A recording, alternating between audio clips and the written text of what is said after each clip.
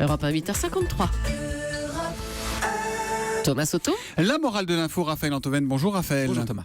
Nous croyons conduire le destin, mais c'est toujours lui qui nous mène. C'est par une citation de Diderot que Brice Hortefeux a répondu hier, sans vraiment répondre d'ailleurs, à la question que lui posait Fabienne Amias sur l'éventualité d'un énième retour de Nicolas Sarkozy dans la vie politique. Oui, alors ce qui est étonnant dans cette citation, qui est donc tirée de Jacques le Fataliste, c'est qu'elle entre en contradiction directe avec le credo que Nicolas Sarkozy lui-même a brandi dans chacune de ses campagnes. Et quel credo? Souvenez-vous, le mot fatalité ne fait pas partie de mon vocabulaire. C'est vrai qu'il disait ça. Mais oui, et alors il faisait plus que le dire, il le mettait en scène. C'était la ligne de conduite du candidat Sarkozy, son ADN. Invoquer la fatalité, disait-il, n'était qu'une autre façon de baisser les bras, alors qu'avec lui, l'anti-fataliste Nicolas Sarkozy, la force et la volonté allaient enfin reprendre l'avantage sur cet alibi de la résignation qui avait justifié tant de reculades républicaines.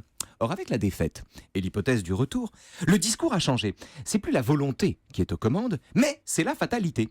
La superbe du champion qui conduit le destin a cédé la place à l'humilité du sage, découvrant soudain que c'est peut-être le destin qui nous mène. Et c'est là qu'on dit merci Diderot. En gros, si Nicolas Sarkozy l'emporte, c'est grâce à lui et à sa volonté, mais s'il perd, alors c'est pas de sa faute, c'est la faute de la fatalité. C'est commode en fait. Oui, surtout c'est marrant parce que le but de Diderot dans Jacques le Fataliste n'est pas de faire l'éloge de la fatalité, mais de la battre en brèche. Ah bon ? Mais oui, qu'est-ce que c'est que Jacques le Fataliste, Thomas ?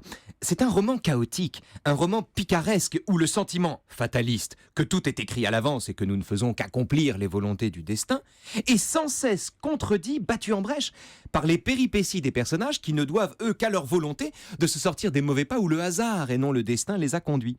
Autrement dit, le génie de Jacques le Fataliste, c'est de mettre en scène le contraire de ce qu'il raconte. Le discours est fataliste, mais l'attitude, elle, ne l'est pas.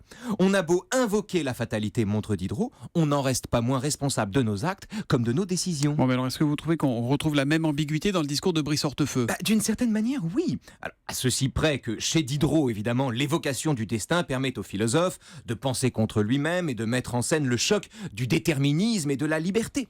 Alors que chez Brice Hortefeux, qui n'est pas Diderot, l'invocation du destin permet, en cas de défaite, de dire c'est pas de ma faute, j'ai pas eu de chance, et en cas de retour, de dire c'est pas de mon fait, j'ai pas eu le choix.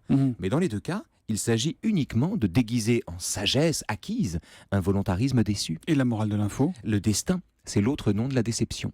Ah, il est fort, hein.